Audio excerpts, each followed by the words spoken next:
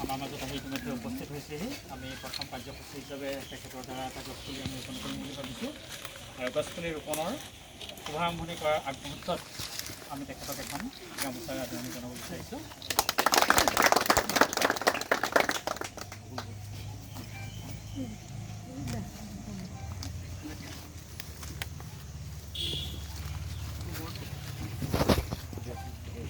গোবৰটো কেঁচা নেকি বাৰু? কেঁচা গোবৰটো নিদিব, ই কৰিব নোৱাৰিব। শুকানটো কাণত দিব, ৰাতিয়ে জেক উঠি যাব ন বৰষুণ দিলে।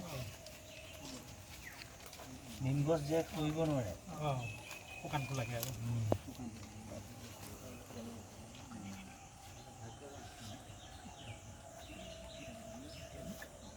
এইটো মাটিকে দিয়ক আৰু অকণমান মাটি ভৰাই দিয়ক, দহকৈ নুৰুব এতিয়া।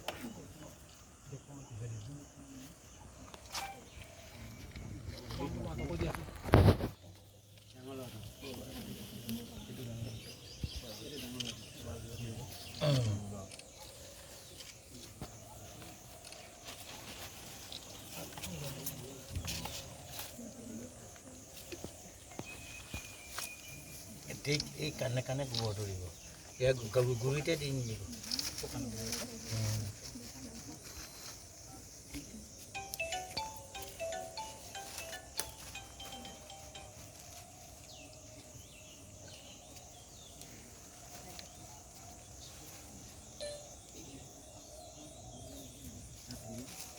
সেইটো আছে সেইটো আছে দুইটা একেলগে দিবা। বেলেগ ফুলিলে দিয়ক। এইটো পিছত ফুলকৈ এতিয়া ওপ কৰিব, পানীটো যাতে ইয়াত নৰয়। বতৰ হেৰি হৈছে নহয়, দি পঠাই দিম।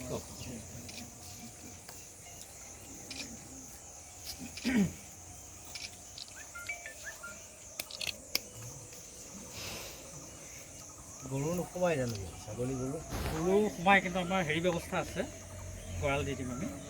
হয়, ইয়াত আৰু মিহি মাটি অকণ দি দিব। হয়, আৰু এটা আছে।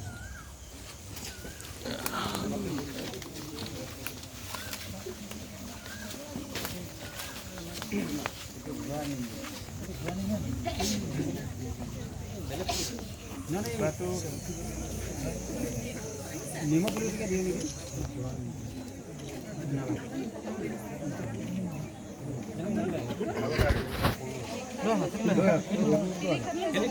শিলিখাটো থাকিলে লৈ আহোঁ, এইটো অঁতাই দিম।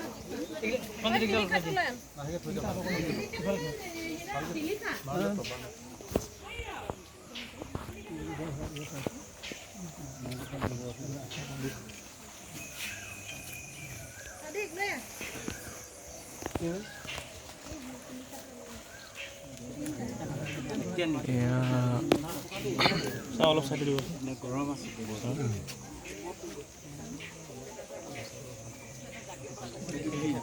কি লিখা আছে?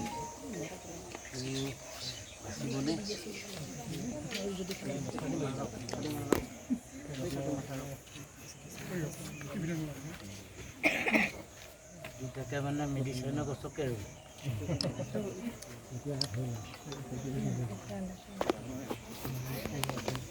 তাতকে হেৰি দিম, ৰাতি পাছৰ বৰকে নাই।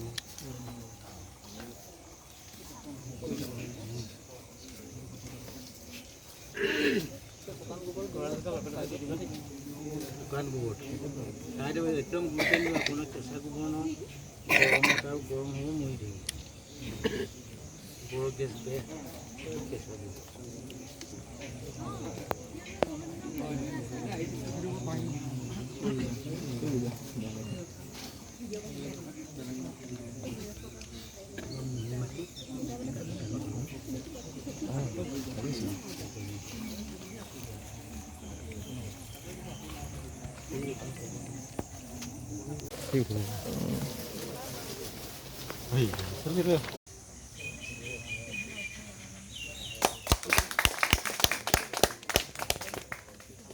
কৰ্মচাৰী গোটৰ হৈ এখন ফুলাম গামোচাৰে আদৰিব শ্ৰী দেৱকান্ত নাথদেৱে।